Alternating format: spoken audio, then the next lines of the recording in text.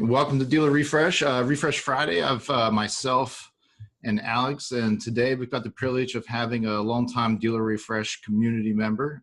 Fair to call you that, right? I think so.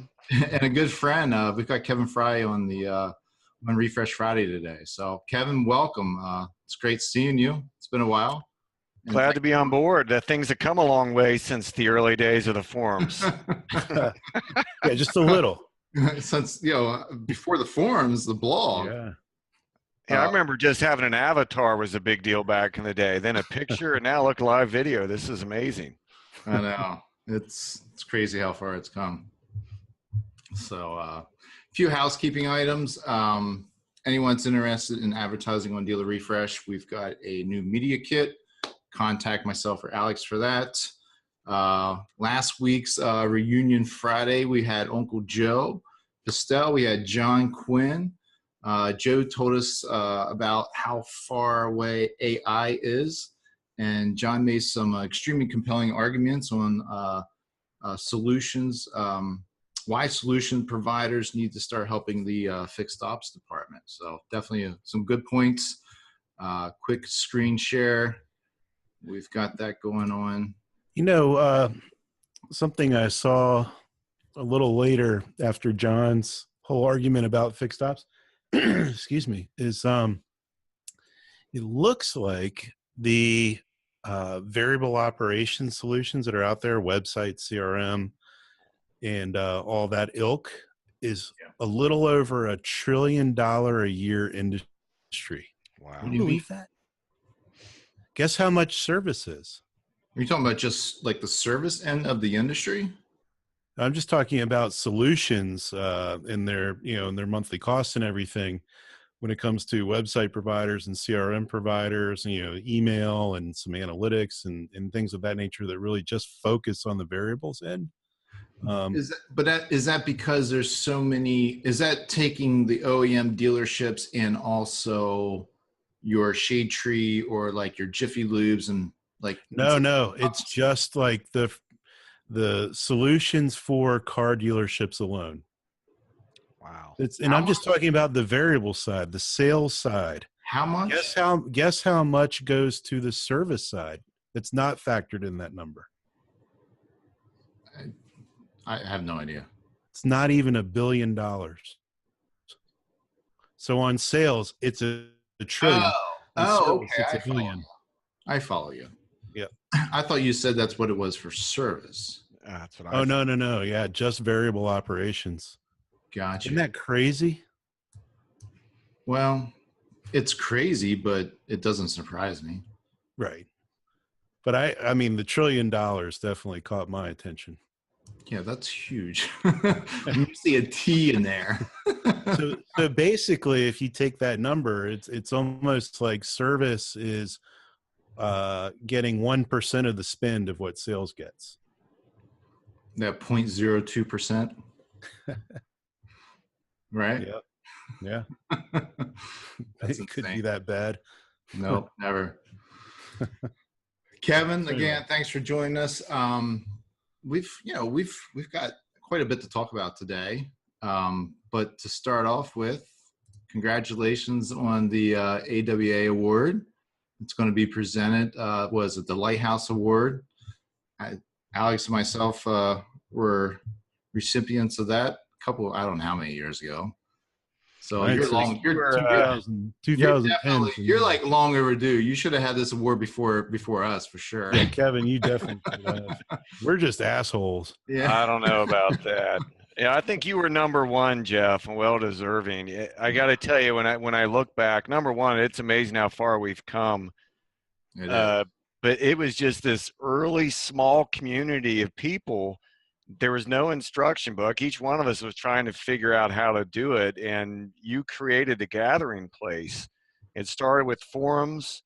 It advanced to phone calls. Mm-hmm. And I'll never forget, it was one of the really early digital dealers in Nashville, and I was sitting there, and I heard these couple guys just raising hell behind me, and I turned around, and who is it but Jeff and Alex? It was the first time we met in person after all the communication online. So that's crazy. Pretty fun. Yeah. What were we raising hell over? I don't know. You're probably razzing the speaker, and I was right behind you, so I'm not feeling too bad. What don't we race hell about? It was probably Sean Raines. No, it had to have been Jim Ziegler. No, it would have been Sean Jim Staples, not Ziegler. Sean Raines. For sure. That's probably who it was. But again, congratulations. That's great. Glad to have you part of the club, man. Be careful with that award, man. It's sharp on the end. In all sincerity, I'm humbled to be recognized. This is a great industry, and it is. I know I'm committed, and you guys are as well, to making the whole industry better. And so for that, it means a lot. Awesome. Fantastic. Thanks and congrats. Thanks. So you've been pretty popular guy here lately. Everyone's calling you. Everyone's wanting to get you on webinars. I was like, Alex, like, let's ask Kevin. I'm like, you know what? He's so busy. I don't know if he'll have the time. So I was like, he's got this whole, rental thing going on. Of course, the Fast Lane piece. Which everyone's pretty excited about. Do you have any customers on it besides your wife yet? No, that's it, Alex. It's just pretty much a big facade we've got going here. No, it's really taken off greater than we expected. I can tell you, in everything I've done in automotive, I haven't seen anything create the excitement in the industry like this has. And it really makes sense. I mean, I wanted my wife to be a customer so that we could be part of the experience. I mean, good Lord, this thing's consumed me for 6-7 months launching it. Yeah. But when you get out of dealership shoes, because we get stuck in it, that's what we do every day. From a consumer standpoint, it makes driving fun again. I mean, this is a big thing for them because most everybody's locked into one car, and after that first month, it's just kind of old. It's run down. Do I wash it after year 4, year 5? It's just not fun anymore. We're bringing fun back, and I think that's a lot of why it's created so much discussion. What is a term that somebody would have on that program? Like 3 months, 6 months, a year? It's month to month. Okay. And not only that, you can actually pause it. So if you're going to be gone, say for the summer or some reason, you can pause it and come right back in. But essentially, it just bills your credit card for each month in advance. And if at the end of the month you want to stop, you can do that. Nice. And what do you do in snowy months? You put snow tires on the cars? That's a great question, because I saw some tweets about that today, some concerns that, well, everybody will run for the SUVs, whatever the case. And we just had some pretty aggressive winter weather here in the market since January. And believe it or not, we had more people that wanted sedans than SUVs. And no, we didn't do anything snow tires, anything like that. I mean, it's no different than where you're up. You're used to driving in the conditions up there. The people down here are used to it. So really, that's been one of the surprises, that people want sedans a lot more than we thought, which didn't match up to how we're selling cars. Yeah, that doesn't make any sense. Why is that? I'm taking a guess, and this is my speculation. I think at the end of the day, most people make a sacrifice when they buy a car. I'd like something gas efficient, but my family goes to Florida twice a year, so I'm going to get that Chevy Suburban so everybody can ride. Or I get the minivan instead of the sports car because of the kids. I'm guessing that people, when they're making that car buying decision, are thinking, you know what, I'd like a sedan, but I'm going to get an SUV because it's more utilitarian for the things I'm doing. And we're actually, I've tasked my team to start asking our subscribers, why are you asking for sedans? Because we've literally had to buy more sedans for the fleet, which kind of caught us off guard. I bet. Yeah. That makes sense. Well, does it make sense? Yeah, I guess it does. I mean, at the end of the day, what you're saying is people would rather have something more fuel efficient, the sedan, but they're willing to jump into the larger utilitarian vehicle just for the off times that they know they're going to need it. Yeah, I mean, this provides a solution for that. Here's another example. Electric cars don't sell well. because there's a range issue, and everybody always thinks about that trip that's 2 hours away or whatever the case may be. But the reality is most of their trips each and every day are under 20 miles, be perfect. When you put an electric car into a subscription fleet, you see the utilization jump up significantly. Wow. Because they can use that during the week whenever they want, but when they need to do something for the weekend, they switch out. I can tell you next weekend, we've got tickets to a show, and we're taking 2 other couples. So we're going to get a car that holds 6 people. We'll probably get a Buick Enclave or a Honda Pilot with a 3rd row seat, something that will be convenient that we can use. But then after that, we'll probably flip right out of it. Now, so does the subscription price change based on the vehicle? No. You basically, there's levels, and we came in at a mid-level.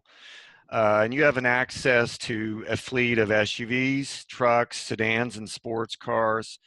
And any of those vehicles across that, you have unlimited flips. When I say flip, that means exchanging a car. And what we're finding is people will switch in and out of cars on an average of around 2.5 times per month. Oh, wow. That's more than what I thought. Yeah. Now think about this. That's got to keep your staff pretty busy. We need this, and I'll tell you why. So the mechanics of this, in a perfect world, if I have 100 subscribers, I have 100 cars, right? And the only way, so you got to manage that ratio of cars to subscribers. You're going to tie up all your capital in the fleet. How do you do that? If you have a lot of fluidity with the people flipping in and out of cars, and I know on any day on average, I'm going to have, say, 10 people flipping in and out of cars. That means people that want new cars are going to have access to the cars flipping in with a better selection as the other ones are coming back. Does that make sense? Yeah, absolutely. So we actually don't want people camping in cars. We need some consistent movement in the fleet. Gives them more options. Yes. Yeah. So we do have a question from the audience. What is the ratio of fleet to subscribers? We're starting out with 1.5 cars per each subscriber, and then we'll drive it down from there. I mean, that's the whole goal. When you start out, you're going to have to be a little bit heavy because you can use artificial intelligence and machine learning to get an idea of how to start the fleet. But I just gave you a great example with the sedans. You just got to literally get people in cars, start watching their behavior, and then adjusting your fleet at that point. Okay. And I think last week we dove into some of the software that you were using, unbeknownst to you, to make this possible. You got any comment on how that's working? Or yeah, it's a very important component. I mean, we're utilizing a software platform powered by Clutch out of Atlanta. And listen, you know, I'm a type A competitive guy. I'm like, oh hell, I'll just develop the software, we'll do it. But the deeper we looked into it, we said, no, it doesn't make sense. The beauty of what they have is the artificial intelligence portion, because this is what's going to happen.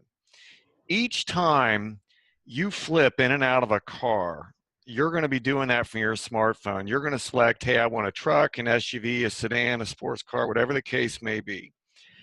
And for those first 10 to 12 flips, we're going to manually assign a vehicle to you. But every time you return the car, you're going to get a survey. How do you rate that car? What did you like? What did you not like? Our concierge is going to be interviewing you as a subscriber. What did you like? What did you not like? All of that intelligence in the back end of the system starts working together to personalize, say, for example, to you, Alex, your needs. And by the time we get to around that 10th, 11th, 12th flip, we can pull the switch and it's going to run automatic in the background. And it's going to know, for example, when you request an SUV, you prefer black Mercedes-Benz GLC 300 if we have it. So, I mean, that's the beauty, the personalization element that comes from the software. Gotcha. That's pretty cool.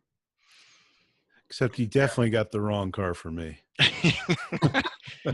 Volvo, Saab. Oh, wait. Come No, on, it's man. Subaru. Yeah, we just a one-car fleet up here in I'm Vermont. not a true Vermonter. Sorry. Black GLC coupe. I have a fleet of 2,000 Subarus. It's our Vermont platform, and yeah. Now I finally went pickup truck, so they're getting to me. Maybe the Subaru will happen. What do you got? What kind of truck? Oh, an F-150 right Oh, now. I got a Toyota Tacoma, and I love it, baby. Yeah, you got it. You know, this country living thing, you got to have the pickup truck. That's right. Kevin, I was watching some of the videos on the Fast Lane. I think it's your YouTube channel, or it was something. I found it online. I was watching it, and you had a guy that I guess one of the concierges was going through and showing how each car gets detailed before it goes out. It goes through an inspection process. I was blown away by that. I mean, something that there's another component of the software platform that we have on our side, and what will happen is when you select a vehicle, we're going to clean that vehicle, we're going to detail that vehicle, we're going to preset your radio stations, we'll set your seat. When we arrive to do the flip with you, and mind you, you can choose to do that anywhere in our operating area. It could be your house, could be where you work, could be at a restaurant. But when we get there, we'll be able to open up the car you want to flip if you're not there. We'll move your stuff over that is shown in our app. So for example, I know you have a garage door opener and a parking pass. We've even seen someone with a conceal and carry, move it from one glove compartment to the next. We move that stuff over. The whole idea is you don't have to worry about anything. I don't have to worry about washing a car, getting oil changes, moving stuff, moving my golf clubs. All you got to focus on is having the perfect car for every occasion. That's where the fun comes in. Sign me up. So you even move the entire kids and all the locker room that comes with them? We draw the line at kids. Actually, if we did a kid flip service, that might be even better. I mean, I might be in that program myself. I'd be on that in 2 seconds. That might be something good for marketing, just as something to make people laugh. Yeah. It'd be a fun, just throw a kid from one car to the other. Oh, gosh. So Jennifer Briggs has got a question here. This Jennifer, really? Yeah. Thanks for joining us, Jennifer. So she's wondering if there's a certain age group that is gravitating towards this program. That's a good question.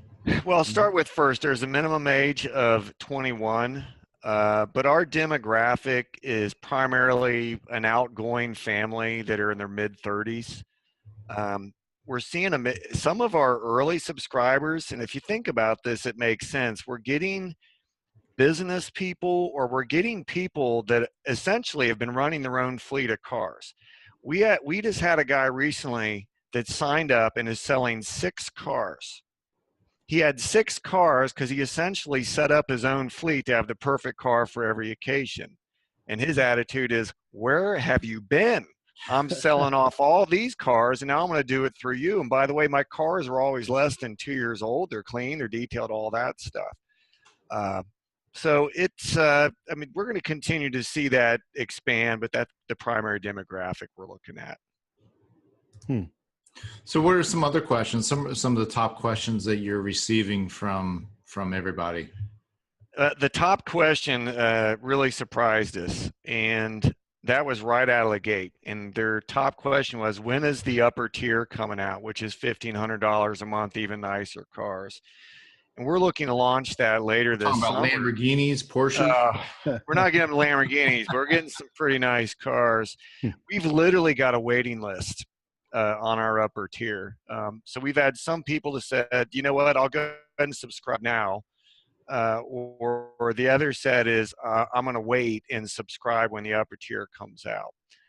I can't say I have a great explanation for you. I know that Trip Rackley with Kinsey Lane, he has a great quote that I like, and it's that early adopters are irrational. And if you add that friend that bought an HD TV for $10,000, that makes sense. And maybe part of what we're seeing with some of these really early people that want to get in the upper tier could be a reflection of that. I'm not sure. Makes sense to me. I've got some friends like that. Yeah, I've never done anything like that. Nice. Myself. Not even as a car dealer. No, never. Any other questions that you're having that maybe in the top 5? The second biggest one we've had is, can you help me sell my car? And so what happens is we see a pattern that people, they sign up, you get approved within 24 hours. We reach out to them to schedule delivery, and it's either, can you wait till I sell my car, or B, will you help me sell my car? They want to go ahead and get out of their car and use that money for the program. Oh, So wow. we've already bought quite a few cars. You've had some people that decide they're going to sell it themselves. That never works out well. It's a pain. I'm honest to God. I'm in the business. I don't understand why people think they're going to go sell it. Oh, the risk you take and the people you meet online, some parking lot. I'm telling you, it's a safe. So those come back. Yes. Yeah. It's so that would be our second biggest one. We used to on this, just a side note, like we used to turn V-Auto around to them and say, well, look how long it takes to sell a car like yours. Yeah, I like that. That's good. That usually shut them up. Yeah. Especially when they see that 120 days or something.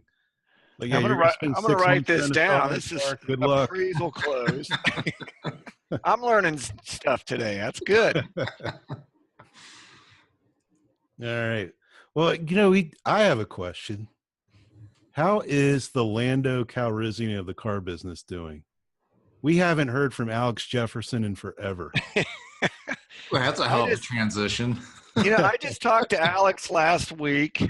He went to a conference about a month ago. I want to say it was down in Florida, looking really closely at blockchain and artificial intelligence. And so, I want to talk to him about it, but I've been pushing him like, dude, why don't you speak? He spoke, a couple times, and then once on his own. Jerry Tebow. Yeah, but he did outside of Jerry, and he was so well received. He showed his Facebook. It was great. So I'm pushing him to get out there. I mean, I'll see him at the shows, but he does a great job. He's a smart guy. No, he does a great job. He just needs to get his ass back out here. Well, I told him you need to talk about AI and blockchain. He said, I talked about it a little bit last year, and he said, there's some stuff that'll blow you away. I said, then blow me away. Get up there, share it. I mean, that's what we do, right? So let's get the word out. How would you use blockchain as a car dealer? Or has he got something else going on? I'm going to give you an example, and I might get in trouble here, but this is me speculating and understanding a little bit about blockchain. I thought, how can this disrupt automotive?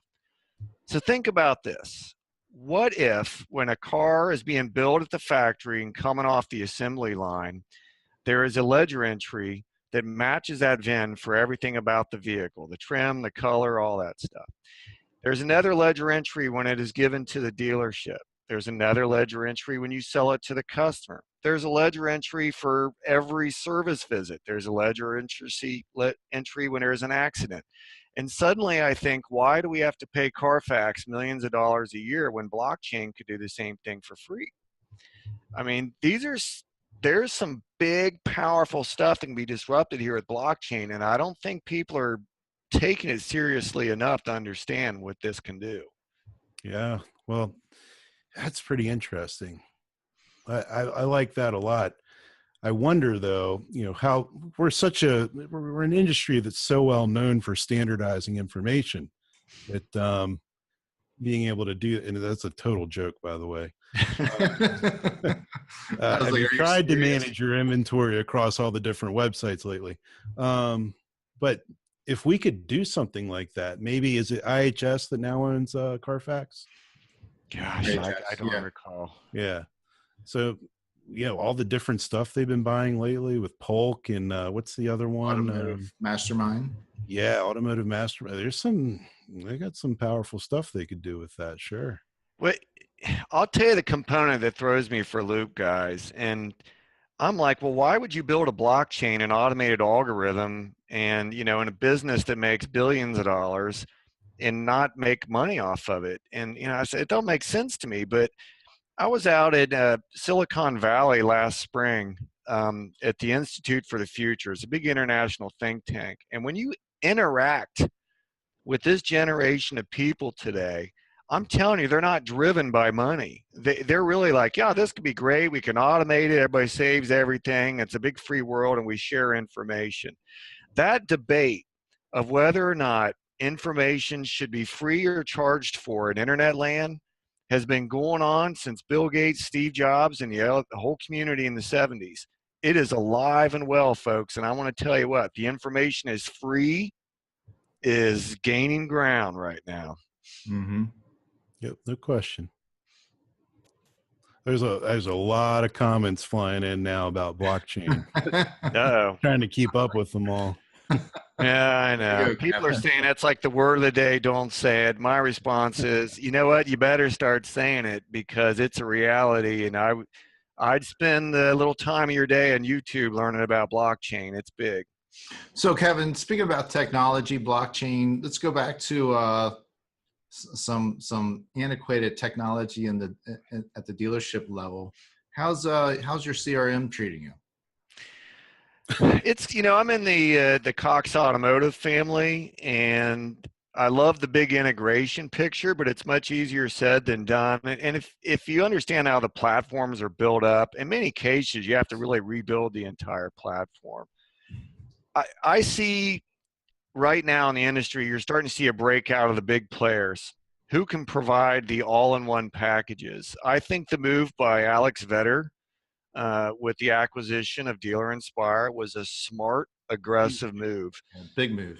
My gut feeling is if you're not making moves like they are today, you're going to get left in the dust. I mean, it's just the reality. Our industry is consolidating. It is driving for efficiency, and that typically involves large size and scope to drive it. So, I mean, you're seeing the CDKs, you're seeing the Cox Automotive, and now you're seeing Cars.com and Dealer Inspire with that big solution. You're seeing the big players are starting to break out. Maybe there's something coming from Dominion next week. I wouldn't be surprised. We did hear something we're not supposed to hear a small rumor about that, didn't we, Alex? Yeah. I can't say anything. This isn't the time to be resting on your laurels and assuming everything's going to be A-okay in the future. It's not. Right. Yeah. Right. Things are moving fast. Oh, yeah. Remember we used to say that about 9-10 years ago? Yeah. It settled down for a while, but then it's coming back. Yeah. I hope. I'm a huge fan of innovation, and I'd be nice to see a lot more of it. Things have slowed down a little bit, actually. Well, I'm going to tell you, they could be fast, but the business side, guys, it's getting ugly. I mean, I don't ever see new car margins returning. The glory days are gone. Oh, that's done. That's been used car margins are going to continue to decline. I mean, the bottom line is, as a dealer, things you used to look at on your statement that were the untouchables are now touchable. Everything we have to look at closely, and this is a critical time for our partners. That's my name for vendors that are good, because the idea that every year you can keep bumping the rate while our margins keep going down and down and down, it ain't going to work. I mean, we've got to all work together and figure this out, because profit margins are at an all-time low. What are we going to do, man? If I've taken a high school economics class, it's growth by volume and efficiency. It's never gone away. It's just been a long time to hit automotive, and that's why you're seeing acquisitions in the industry, consolidation of platforms. CRM tools a good example. I think you're just going to continue to see more of that. Agreed. Yep. So we've been trying to ignite some debate, or I should say I've been trying to ignite some debate. Jeff, you need to get in there and help. Oh, which one? Sparks on the fire. I thought I did. Are you going to bring up the appointment thing? That's one. What's the other one? But also leads. I can't keep up with you. No, I always try to question everything, especially the status quo. Yeah, it's always a leading question. Yeah.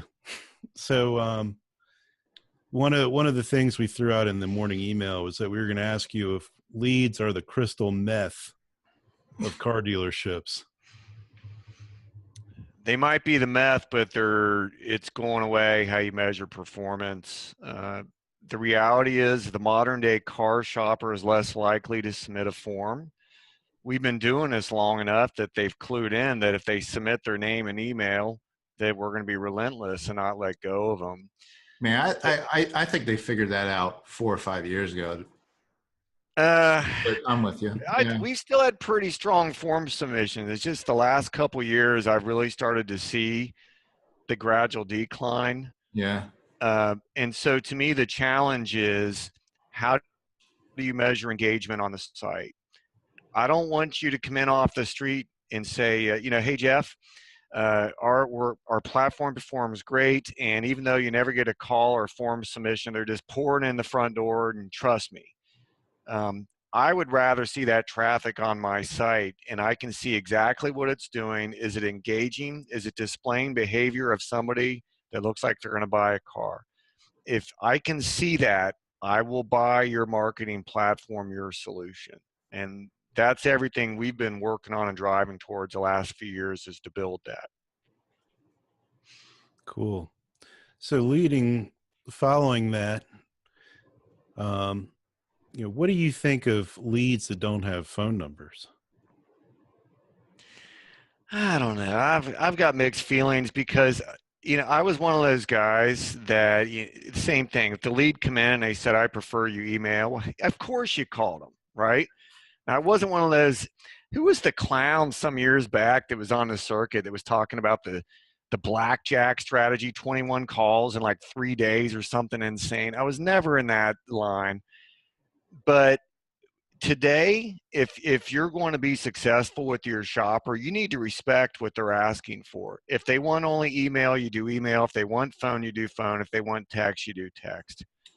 That's probably going to aggravate some people listening today, but I think that's the reality of today's shopper. Why should it? They should be aggravated if that's the case.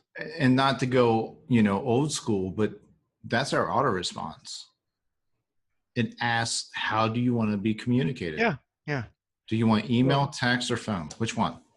But then the answer, Jeff, is, do you respect that answer? No, we do. I train to respect that answer. Yeah. Well, does the CRM respect that answer? Does it have a way of displaying whether the customer prefers being emailed or called right away?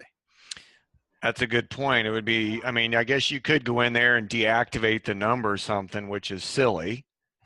I don't know if I would deactivate, but maybe there's some type of alert or, something visual that says this customer prefers communication this way. I know with our people, they put a note that pins to the top. So every time you touch that customer, it'll say right at the top. The bigger loop right now is not necessarily the don't phone, is the texting. We could do so much better with texting in our CRM tools. If you can get someone to text, you got a 70% chance of closing them. But it is most tools, it's bulky to be able to get them opt-in, to be able to communicate, to initiate it. And so what happens is frustrated salespeople go, oh, hell with it. I'm just going to call them up. So what you're saying is all the laws around it. It's trying to accommodate the laws.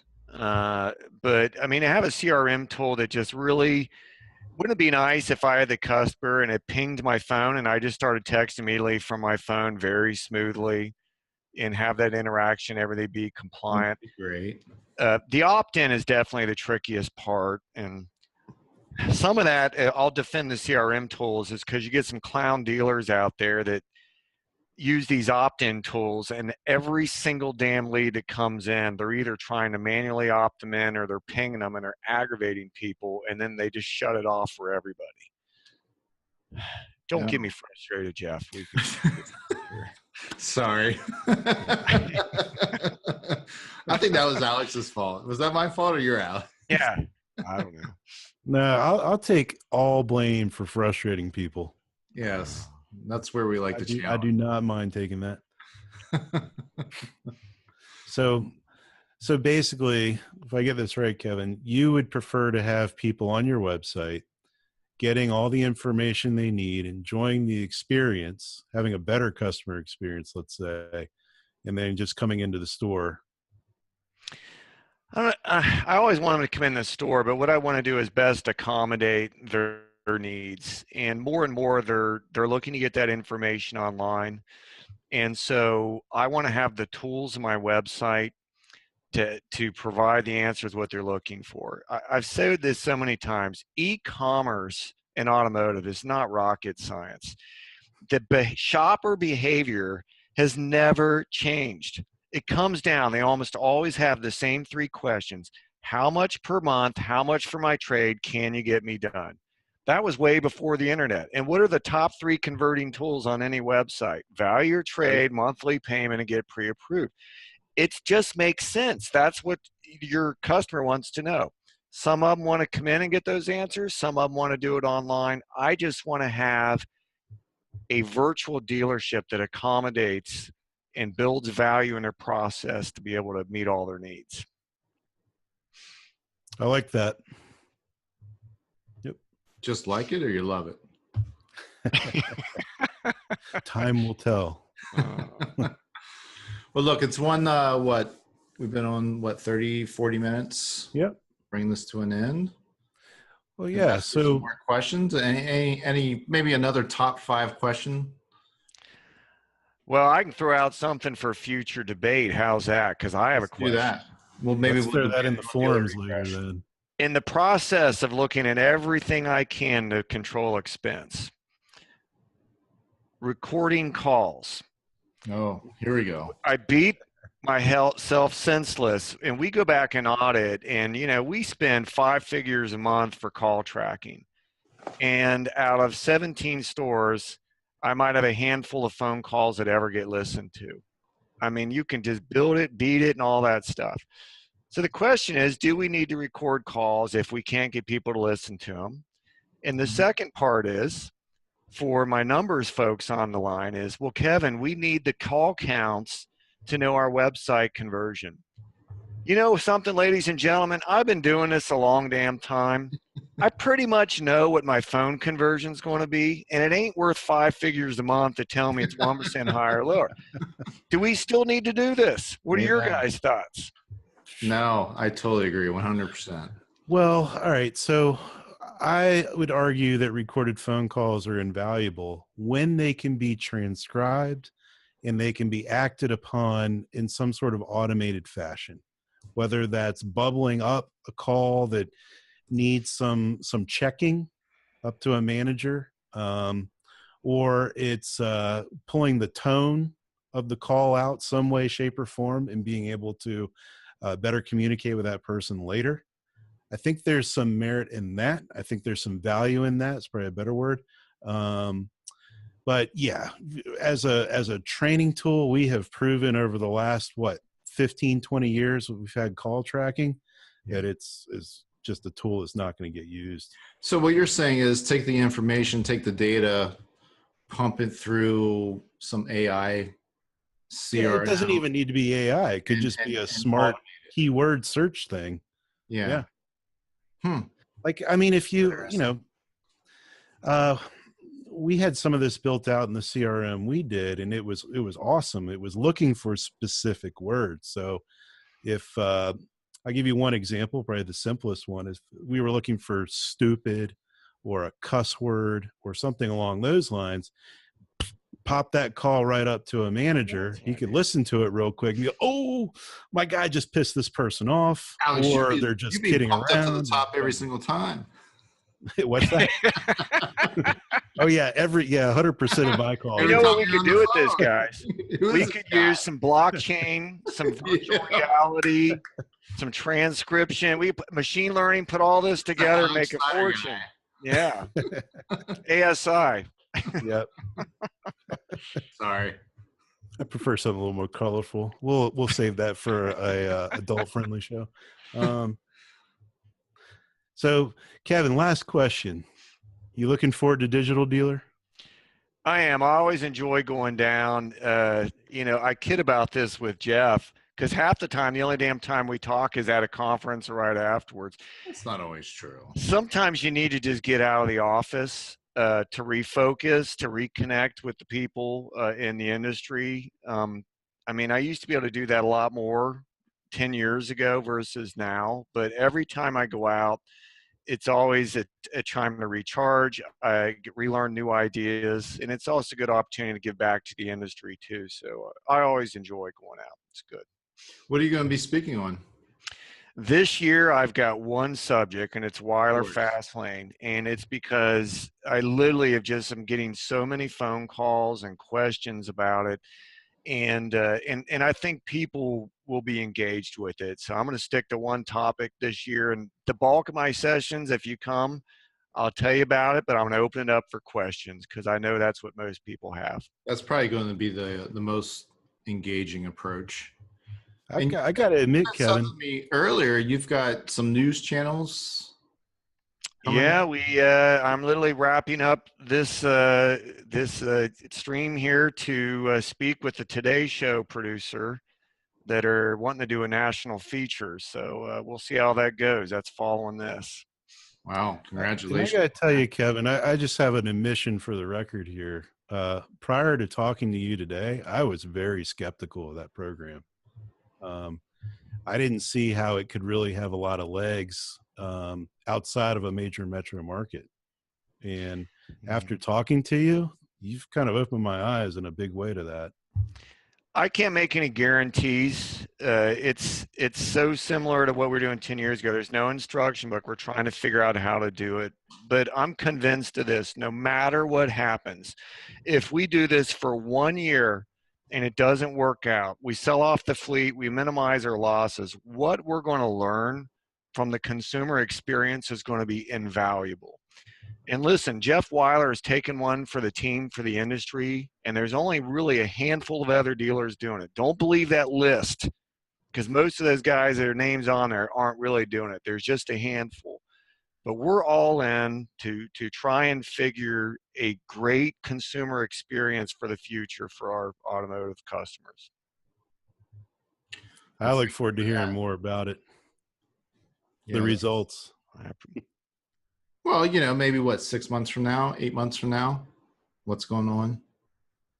Makes sense. Well, we'll do another dealer refresh and we'll see. If I'm no longer employed with Jeff Wyler, we'll know how was this all your idea or what? Hey, listen, all I know is I've got this backup ASI solution to fall upon. So well, that's good. So you'll be speaking at a digital dealer. You always have a packed room. Any more specifics around that when you're going to be speaking so we can let everybody know? I know I'm going to be I think it's Tuesday morning, the very first day, first session in the morning. So if you're not a morning person, I apologize. But actually, the reason why I do it that way is for the review I do for Dealer Refresh. It frees me up to be able to work the rest of the show to put together the recap for everyone. So share with me, folks. We appreciate that for sure. You've done that. How many? Oh my goodness! How many refresh or Dealer Refresh digital dealer reviews have you done? 13? I think every show since Digital Dealer 4 or something, and I missed one. And I got to tell you, I look back, some of the photos probably wouldn't work in our PC correct environment today. But things have changed pretty quick. Well, I was going to ask you, I mean, you've got this, you got ABC coming on board. I mean, before we know it, you're going to be the next Ryan Seacrest. No, that's not going to happen. He's going to be on the out. You're going to be on the in. Oh. So, but Kevin, as always, we really thank you. Appreciate your time. Just, and again, anyone that's going to be a digital dealer, be sure to check out Kevin's session. So that's about it, but appreciate it. Always a great time. Always good laughs. Thanks, Alex. Thank you, Kevin. All right, and congrats. Yeah, again on the award. That's fantastic. Thank you. All right, we'll talk soon then. Everyone brings it to an end, and we'll see you next week.